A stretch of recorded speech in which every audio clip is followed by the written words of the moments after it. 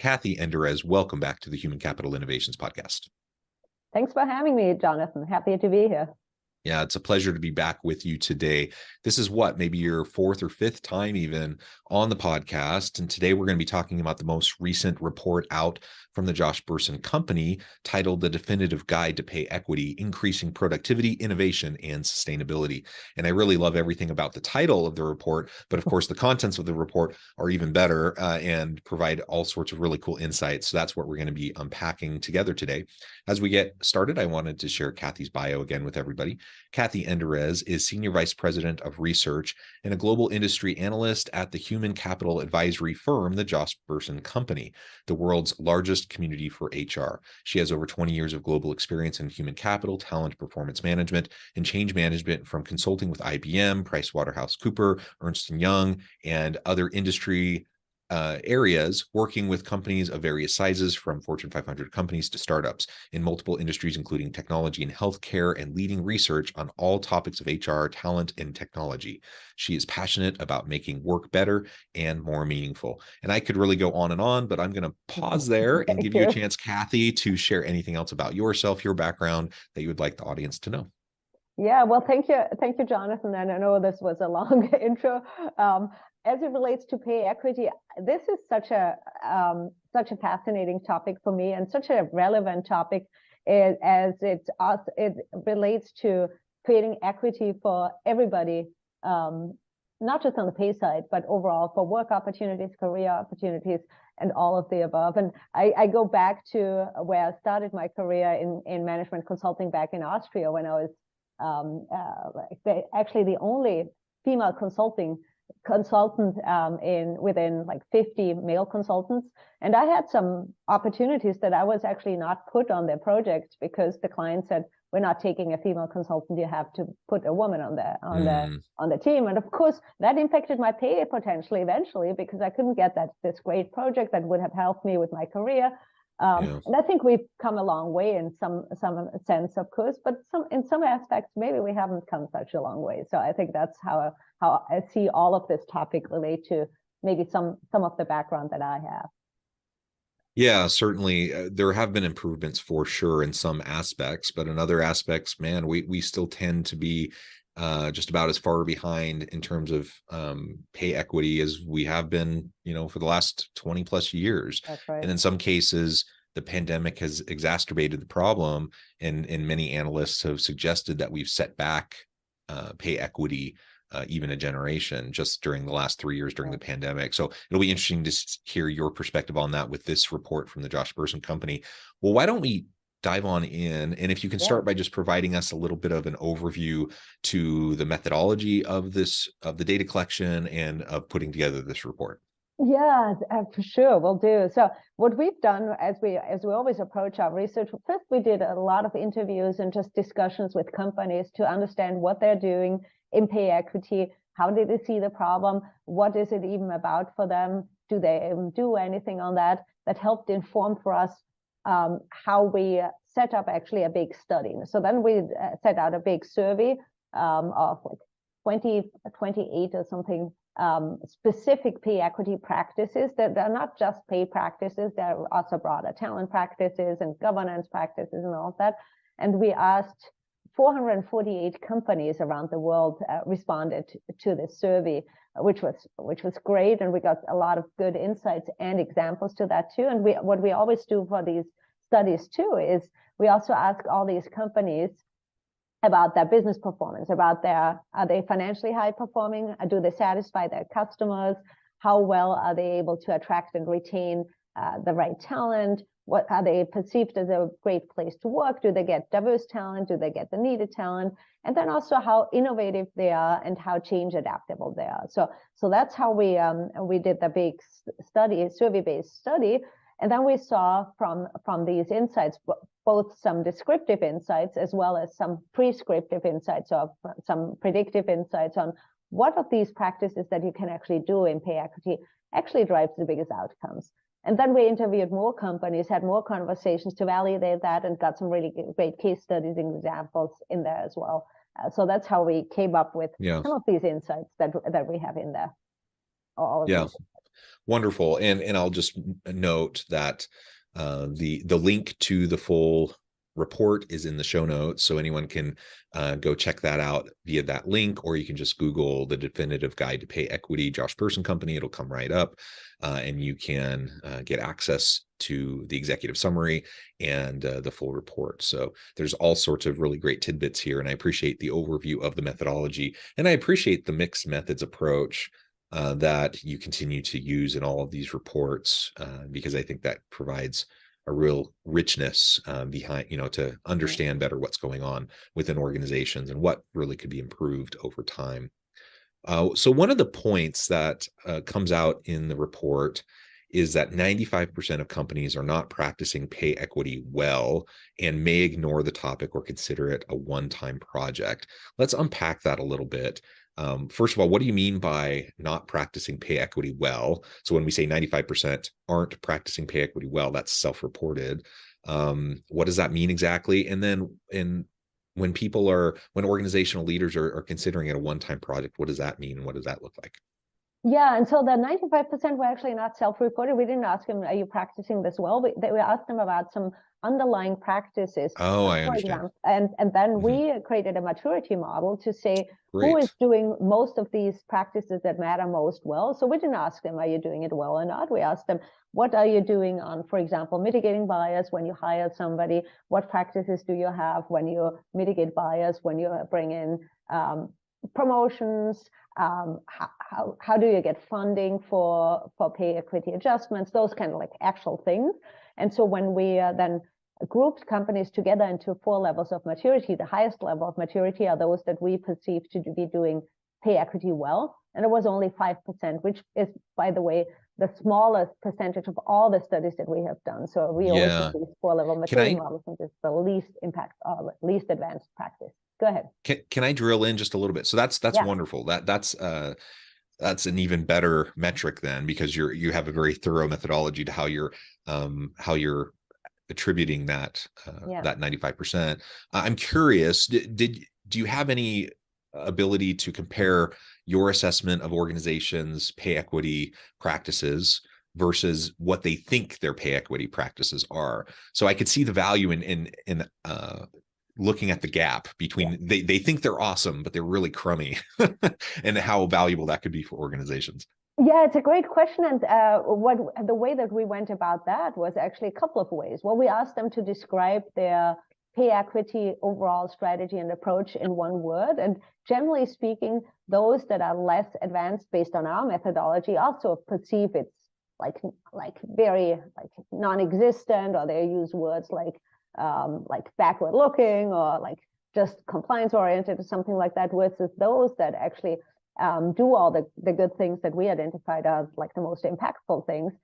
They use words like we're kind of leading class, world class. So it generally correlates, actually, their self-assessment correlates with how we saw them, which was great. So that's self-assessment. The other thing that we also studied, which was fascinating too, is what is their actual pay gap between women and men, for example.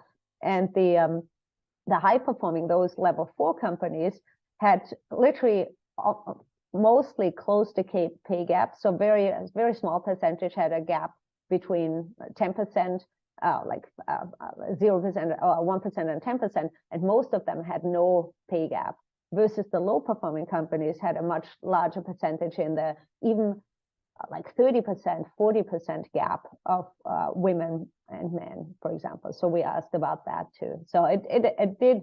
Usually companies are kind of up to speed to how good they are in this. So it was interesting to see, because sometimes I agree with you, the self-assessment doesn't really correspond with the actual assessment of practices. Yeah, well, that's good to know. I mean, if knowing and having a realistic view of things is half the battle sometimes with this topic. So if you realize, we're really not where we need to be, that's a really great first step. And then you can start to put in to place practices to help you improve things. So that's wonderful. Anything else from that finding, the 95% of companies are not practicing pay equity well, that you want to highlight, specific aspects that maybe they're struggling with more than others? Well, what they're actually, there's some interesting insights that we got from the study. We said that we identified that actually 7 in 10 CEOs, or mostly CEOs, actually say pay equity is critical to their people and their business strategy, which is great, right? So there's lots of commitment there. A lot of companies actually have that. Like we know it's important. We don't think it's just a pay thing. We don't think it's just an analytic thing. We really think this is important for our company. So that was great. They make rewards and recognition part of their company priorities. And they have C-suite sponsorship of pay equity. 58% have C-suite sponsorship. So that's great. So lots of commitment, lots of talk about it.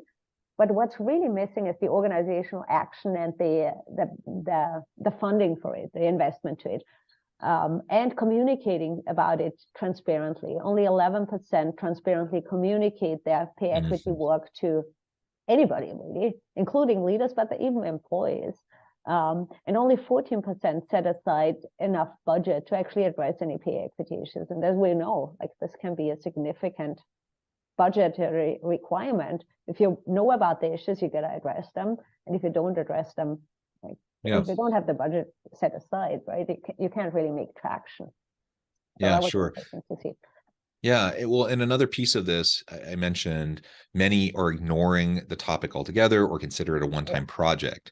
So on the one hand, many are recognizing that, we're not where we need to be. Their self-assessment is fairly consistent with your evaluation. But many even are suggesting it's not that big of a deal, or it's something we can kind of focus on for a short period of time and then move on. Any additional thoughts around that? Yeah, so the one-time project was really interesting because most companies see this as a one-time thing to do. They said, well, we look at it once a year, we do some analysis, then maybe we do some corrections, and they even call it corrections, as if there was a mistake made or something like that. And then they don't look at it for a year. And what happens then with a lot of companies, they get the same issues again a year later, of course, because if you don't dive into the root causes of what caused these inequities, if you don't look deeper into, do you need to change something in your hiring practices? Do you need to change something in your mobility practices? Do you need to think differently about pay for performance, about what projects people get? Like to my example of the projects that I didn't get that eventually impacted my pay opportunities, of course.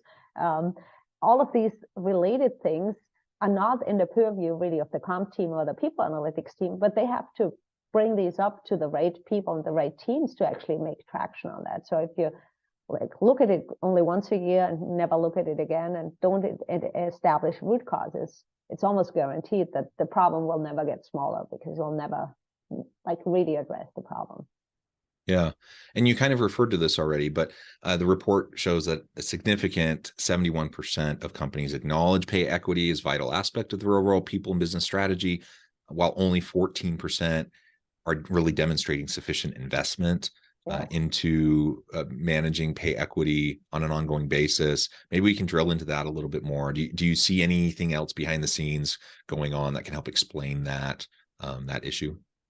Yeah, I think it has to do with a couple of things. First, it has to do with it's easier to say you do something than actually put your money behind it, right? Because where's the money coming from? You're going to think about, is this actually an investment that yields some business return? Because businesses are there for business purposes, right? Although, of course, defending against a legal risk or a compliance risk is a fair business purpose.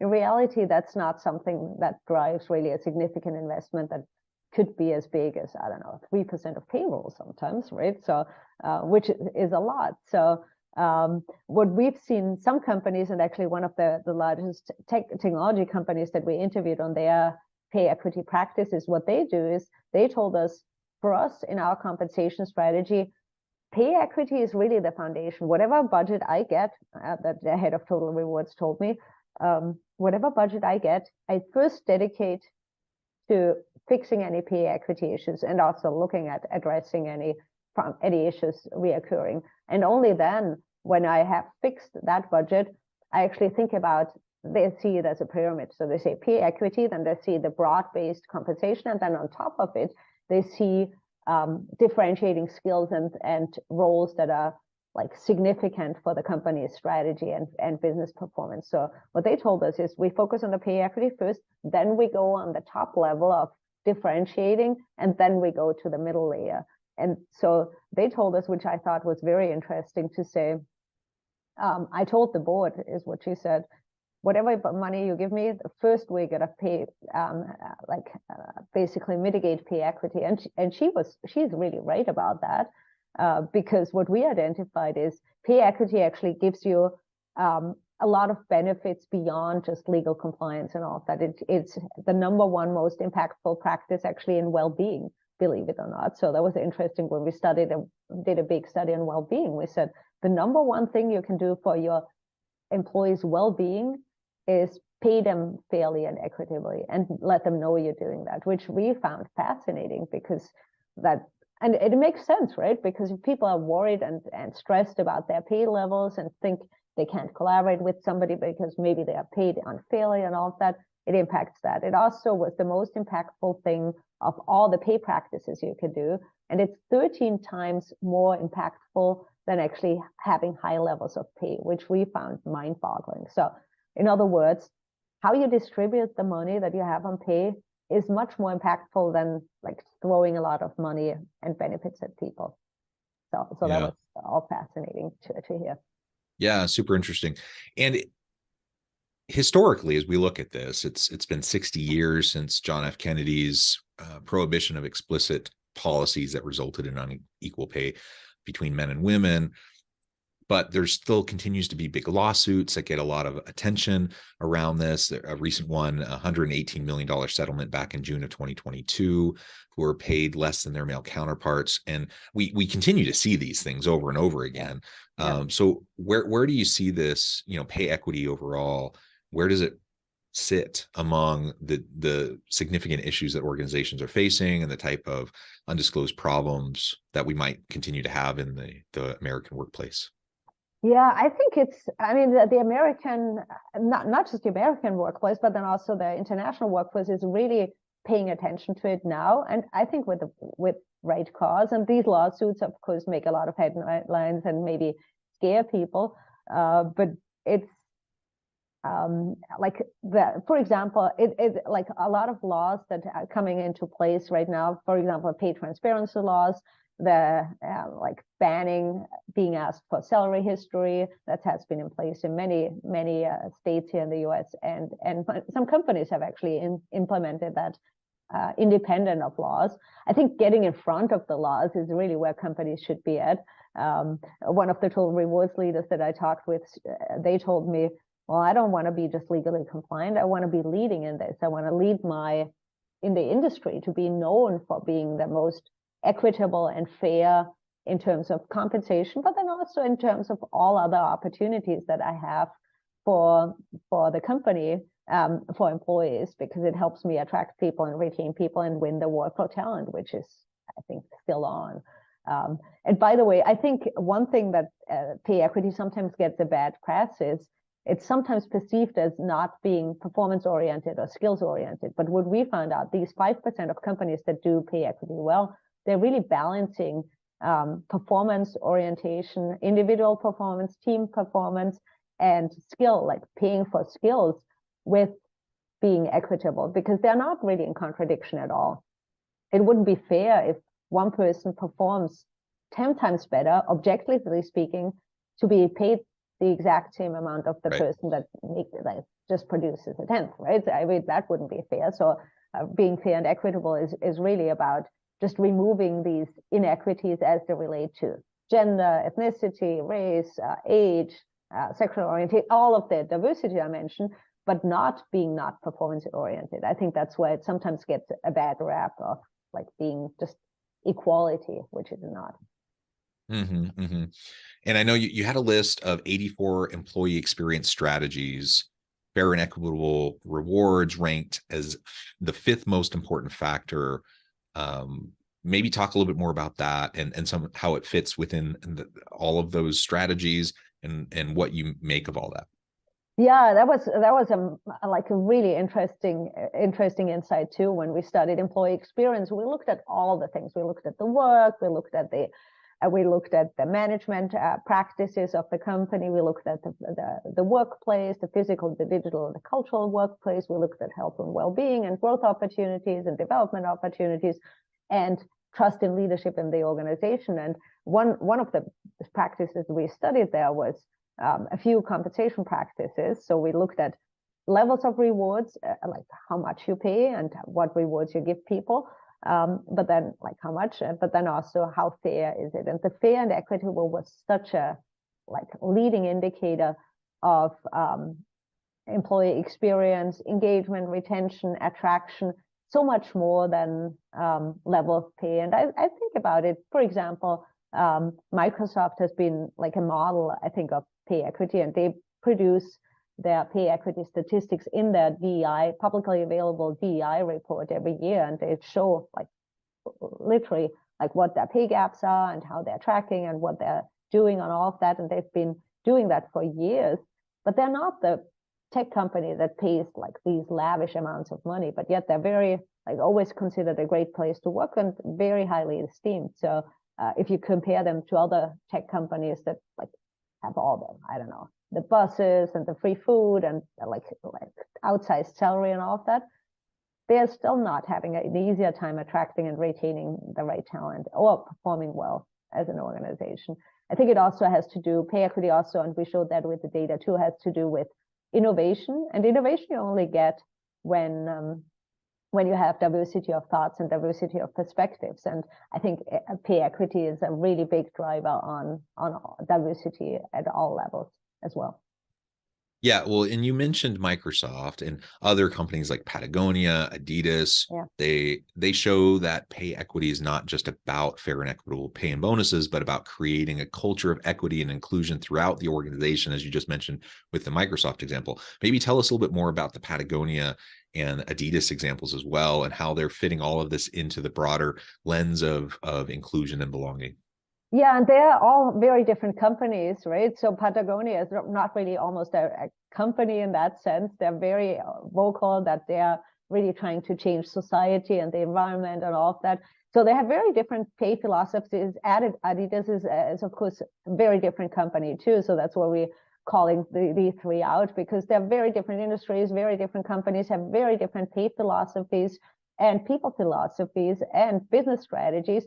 But yet they made their pay equity work actually directly into their model. So not trying to copy anybody else's pay equity journey, of course, but starting with who you are as a company, what's your strategy, what's your business strategy, what's your people strategy, and how does your reward strategy now support all of this, and how big is pay equity actually as a theme in your employee value proposition. And all of these actually made that core and part and parcel of their overall employee value proposition, as they talk about people in very different ways, of course, because they're very different companies. So just personalizing that narrative and saying, why is this so important for us?